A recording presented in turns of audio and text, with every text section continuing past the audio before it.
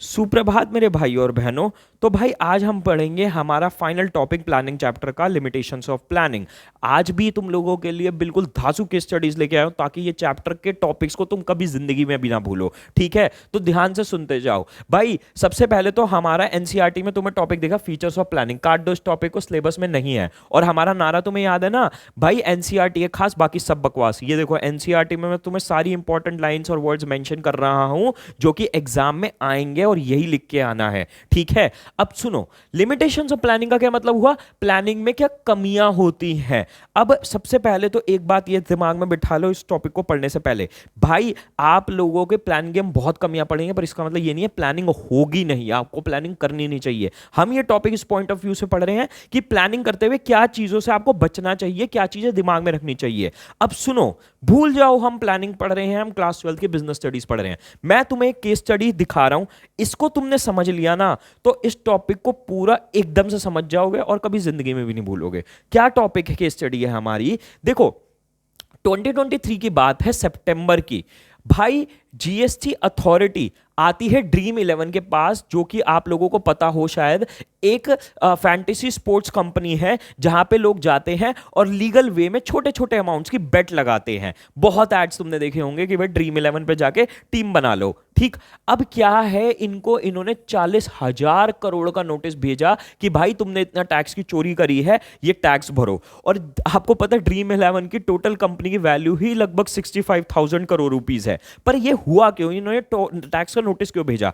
क्योंकि उससे लगभग 3-4 महीने पहले ही ना सरकार एकदम नया रूल लेके आई थी कि भैया आप जो स्पोर्ट्स फैंटेसी, ये जो एप्स हैं वो जो बेटिंग करवा रहे हो लोगों को, इस पे तुम्हें कोई टैक्स नहीं भरा तुमने आज तक। ठीक है, अब तुम इतना कमा रहे तो हम भी तो थोड़ा सा कमा ले। इन्होंने आके कहा कि तुम्हारी ऐप पे जितना भी अमाउंट लोग जीतेंगे उस पे 28% टैक्स तुम चार्ज करो लोगों से और वो अमाउंट हमें आके दोगे। पर इसमें सबसे बड़ा कैच ये है कि ऐसा नहीं है कि जितनी फ्यूचर में होने वाली विनिंग्स हैं उन पे तुम्हें टैक्स भरना है लोगों से लेकर, जितनी पास में भी विनिंग्स हुई है ना लोगों से, उनका भी टैक्स लेके भरो। लोगों से कलेक्ट कर पा रहे हो ठीक है, नहीं कर पा रहे हो अपनी जेब से भरो। और उसकी कैलकुलेशन सरकार ने विद पेनल्टीज निकाली, 40,000 करोड़ रुपए का अमाउंट। ठीक है, अब सोचो ड्रीम 11 के साथ क्या हुआ यहां पे। भाई ड्रीम 11 लगभग साल का 150 से 200 करोड़ का प्रॉफिट कमाने लग गई थी। 2022 की सोचो स्टार्ट में भाई उनके सीईओ और सारा जो बोर्ड मेंबर्स हैं वो मजे से बैठे हैं। उन्होंने एग्जांपल ले लेते हैं, मुझे एग्जैक्टली नहीं पता, उन्होंने एग्जांपल के तौर पे भाई टारगेट सेट किया कि यार इस साल ना 10% से अपना कस्टमर बेस बढ़ाएंगे। ठीक है, अब उसके लिए उन्होंने सारे डिपार्टमेंट्स के गोल सेट कर दिए। मार्केटिंग डिपार्टमेंट को कहा कि भाई तुम मार्केटिंग पे ज्यादा खर्चा करो, हमें चाहिए अपने ज्यादा 10% कस्टमर्स चाहिए। फाइनेंस डिपार्टमेंट को कहा ज्यादा पैसे रेस करो ताकि मार्केटिंग वालों को दे सके और एचआर वालों को दे सके। एचआर वालों को कहा कि भाई और नए लोग हायर करो, हमारी कस्टमर बेस बढ़ने वाला तो उसकी तैयारी करेंगे। टेक्निकल टीम को कहा अपने सर्वर्स बढ़ाओ, अपनी सारी टेक्नोलॉजी को बढ़िया करो और कस्टमर्स आएंगे, हमारी ऐप को अच्छे से हैंडल करना है। तो भाई पूरी कंपनी उस गोल की तरफ चलने लग गई। पर क्या हुआ, एकदम से जून जुलाई में एक तो सरकार ने भयंकर सा रूल लाके दे दिया और आपका सितंबर तक आते आते ने 40,000 करोड़ का नोटिस दे दिया। अब सोचो पूरी कंपनी जो एकदम एक डायरेक्शन में जा रही है कि भैया 10% कस्टमर बेस बढ़ाना है, हजारों लोग उस डायरेक्शन में लगे हुए हैं, अब एकदम से सब कुछ काया पलट गई।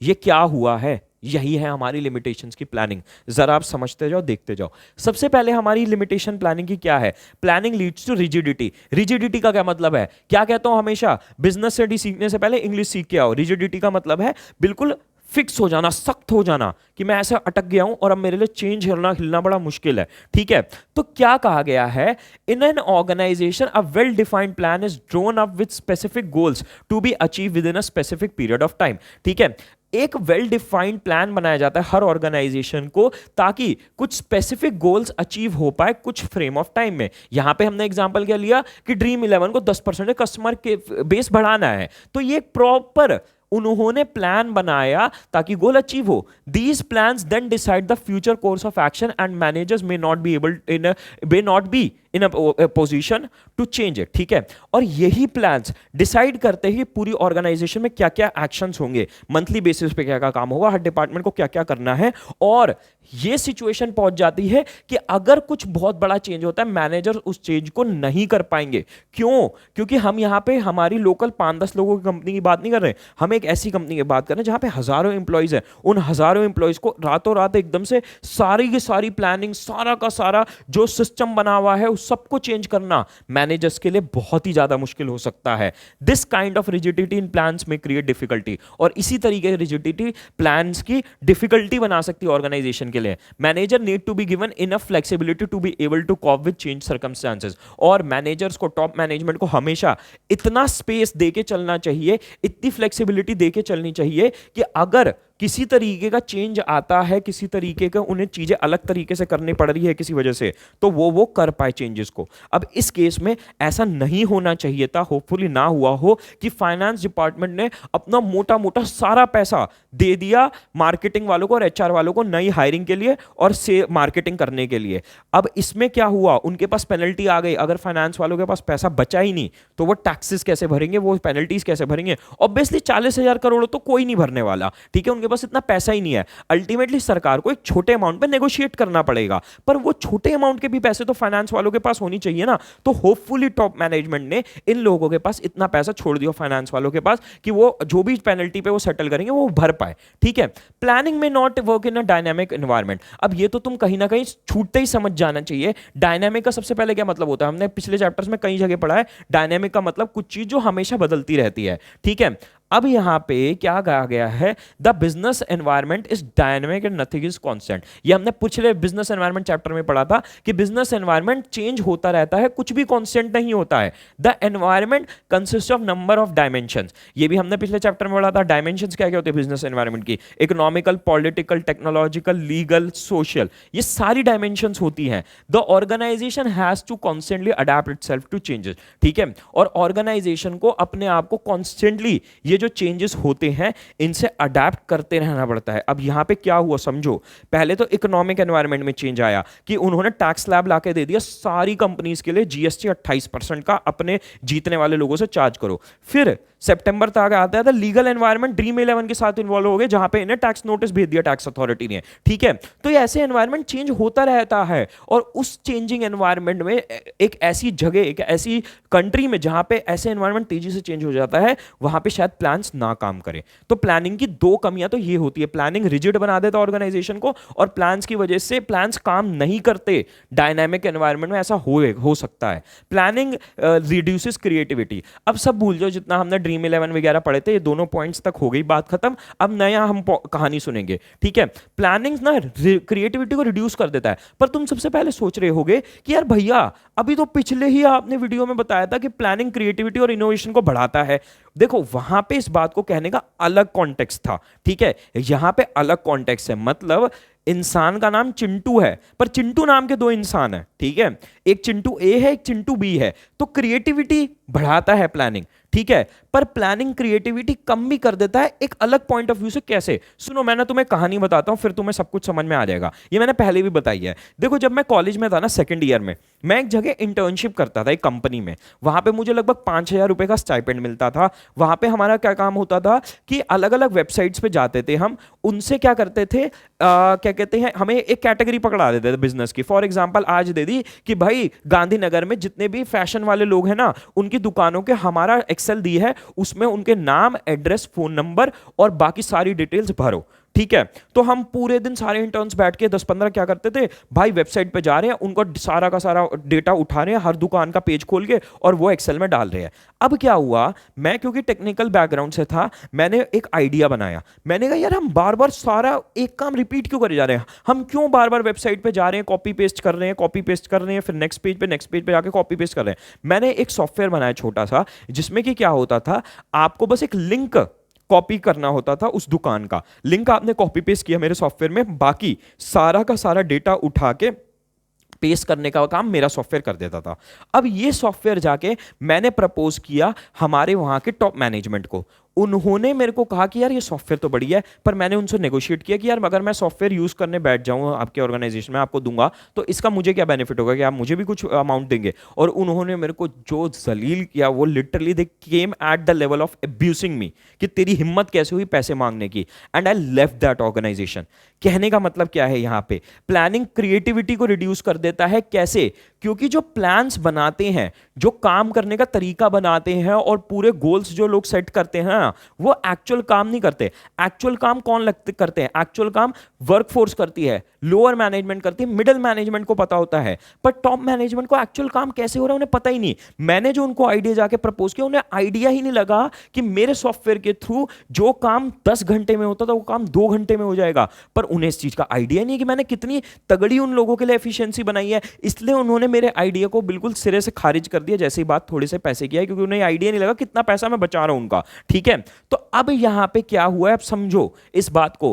Planning is an activity which is done by the top management, usually the rest of the members just implement this plan. Planning हमेशा टॉप मैनेजमेंट करती है और बाकी जितने भी मेंबर्स होते हैं ऑर्गेनाइजेशन में वो सिर्फ प्लान को इंप्लीमेंट करते हैं। ठीक है, most of the time employees do not even attempt to formulate a plan, they only carry out orders. Majority times employees क्या होते हैं, वो कोई प्लान बनाते भी नहीं है, वो सिर्फ ऑर्डर्स यानी जो प्लान्स ऊपर से आते हैं उनको फॉलो करते हैं। हम भी एज एन इंटर्न क्या कर रहे थे, उन्होंने बताया कॉपी पेस्ट करो, हम कॉपी पेस्ट करने बैठ गए। और मेजॉरिटी ऑर्गेनाइजेशन में अप्रिसिएशन भी होता है एम्प्लॉइज को कि भाई मैंने जैसे इनोवेटिव सॉल्यूशन दिया, तो बहुत कंपनीज होती हैं और वो कंपनी बंद भी हो गई। मैं तुम्हें मजे की बात बताऊं, आज की डेट में एडुकैप्टन उस कंपनी से ज्यादा बड़ी ऑर्गेनाइजेशन है, वो बंद हो चुकी है। ठीक है, तो ऐसी कंपनीज के फिर हाल होते हैं। ठीक है, planning involves huge cost. Plans बनाने में बहुत मोटे खर्चे आ जाते हैं, बहुत मोटे बिल आ जाते हैं। मैं तुम्हें एक मजे की बात बताता हूं भाई, मैं एसआरसीसी में जब था ना, और सुखदेव में भी मैं पढ़ा हूं, ठीक, वहां पे ना कंसल्टेंट्स आते हैं, बड़ी बड़ी कंपनीज ना कंसल्टेंट्स हायर करते हैं अपनी सारे प्लान्स बनाने के लिए, अपनी कोई प्रॉब्लम के सॉल्यूशन के लिए। और बहुत कोई भी दिक्कत आती है ना, उसके लिए कंपनीज जो बहुत बड़ी होती है वो कंसल्टेंट्स हायर कर लेते हैं। अब कंसल्टेंट्स कौन कौन से होते हैं? McKinsey, Bain, Boston consultancy group, ऐसी ऐसी कंपनीज होती है। एसआरसीसी और सुखदेव में ना ये कंपनीज आके पता है फ्रेशर्स को कितने पैकेजेस देती है भाई? 18 लाख रुपए का मैकेंजी दे देती है, बेन 14 लाख के दे रही है, पैराथन ईवाई आके 32 लाख रुपीस का पैकेज दे रही है बच्चों को। ठीक है, अब ये कंपनीज ऐसा क्यों करती हैं? क्योंकि ये कंपनीज जब दूसरी कंपनीज के पास कंसल्टेंसी के लिए जाती हैं, बेसिकली मैकेंजी को कोई दूसरी कंपनी, मानो कोलगेट ने हायर किया कि भैया हमारे बिजनेस में प्रॉब्लम आ रही है या हमारा ये प्लान बनवाना है, बनवाओ आके। ठीक है, पता है कितना हायर करती है? मिनिमम इनका होता है 3.5 करोड़ रुपए का बिल, सबसे बेर मिनिमम। मतलब ये एक क्या कहते हैं, वैसे तो ओपनली रिवील नहीं कर रखा इन्होंने कोई ऐसे रेट कार्ड, बट जो इंडस्ट्री एक्सपर्ट्स हैं वो बताते हैं मिनिमम 3.5 करोड़ और अप टू 50 करोड़ 100 करोड़ रुपए तक के इनके बिल्स चले जाते हैं। ठीक है, अब ये बच्चों को, इतनी फ्रेशर्स को अच्छी सैलरी क्यों देते हैं? क्योंकि ये खुद क्लाइंट से इतना अच्छा चार्ज कर पाते हैं, राइट? और इस बात को समझो कि भाई प्लानिंग कितना कॉस्टली कितना कॉस्टली बिजनेस हो जाता है इस लेवल पे जब कंपनीज बड़ी हो जाती हैं। तो यही यहां पे कहा गया है,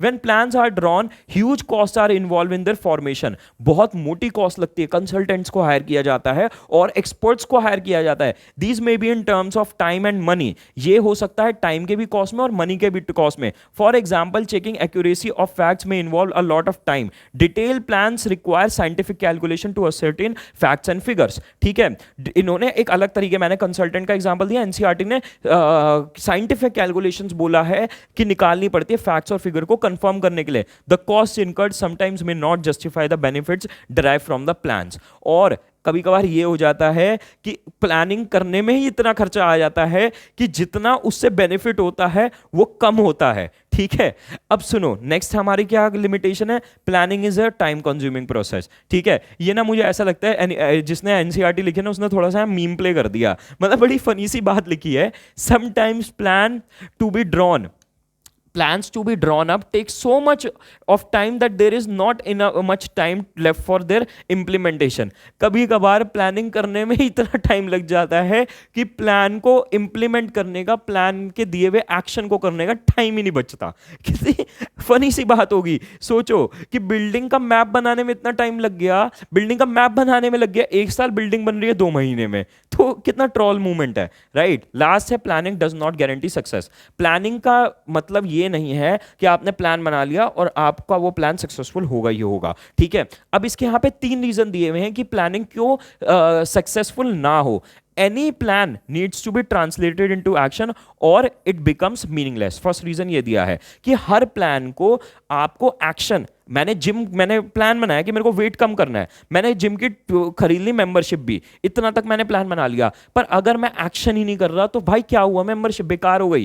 plan managers may have tendency to rely on previously tried and tested successful plan. It is not always true that just because a plan has work before it will work in again, ठीक है। ये second reason है कि managers की अक्सर आदत क्या होती है कि वो वही प्लान्स यूज करते हैं जो पिछले साल या पिछले सालों में वर्क कर रहे थे, पर जरूरी नहीं है कि पिछले साल जो प्लान वर्क किया था वो इस साल भी करेगा, क्योंकि बिजनेस एनवायरनमेंट और बिजनेस की जो सारे कॉम्पिटिटर्स और सारी चीजें होती हैं वो बदल जाती हैं, ठीक है। Last, besides there are so many unknown factors to be considered, ठीक है। थर्ड पॉइंट ये है कि प्लान जो बिजनेस एनवायरनमेंट होता है वो इतने सारे फैक्टर्स, प्लान्स जो बनते हैं वो इतने सारे फैक्टर्स पे बनते हैं, और कितना भी सोच लो, कितनी भी प्लानिंग कर लो, जरूरी नहीं है आप सारे फैक्टर्स को कंसिडर कर पाओ, तो अनसर्टेनिटी इतनी ज्यादा होती है कि प्लान फेल हो सकता है। ये 3 रीजन होते हैं कि प्लान आपका ना सक्सेसफुल हो, ठीक है। यहां पे हमारा लिमिटेशंस ऑफ प्लानिंग का टॉपिक खत्म होता है। सुनो सुनो सुनो सुनो, अगर एंड तक वीडियो देखी है तो समझ भी आया है और पसंद भी आया है। अगर मैंने इतनी मेहनत करी है, रात के 1 बजे बैठ के वीडियो बना रहा हूं, तो तुम इतनी सी मेहनत कर दो, वीडियो पॉज करके लाइक कर दो और कमेंट्स में जरूर बताना कैसा लगा मटेरियल। और बहुत ही मेरी दिल से दुआ मिलेगी, तुम्हारे 10 नंबर सिर्फ मेरी दुआ से फालतू आएंगे अगर तुम जाके अपने दोस्तों के व्हाट्सएप ग्रुप पे इसको शेयर कर दोगे, ठीक है गाइज। तो best of luck and bye.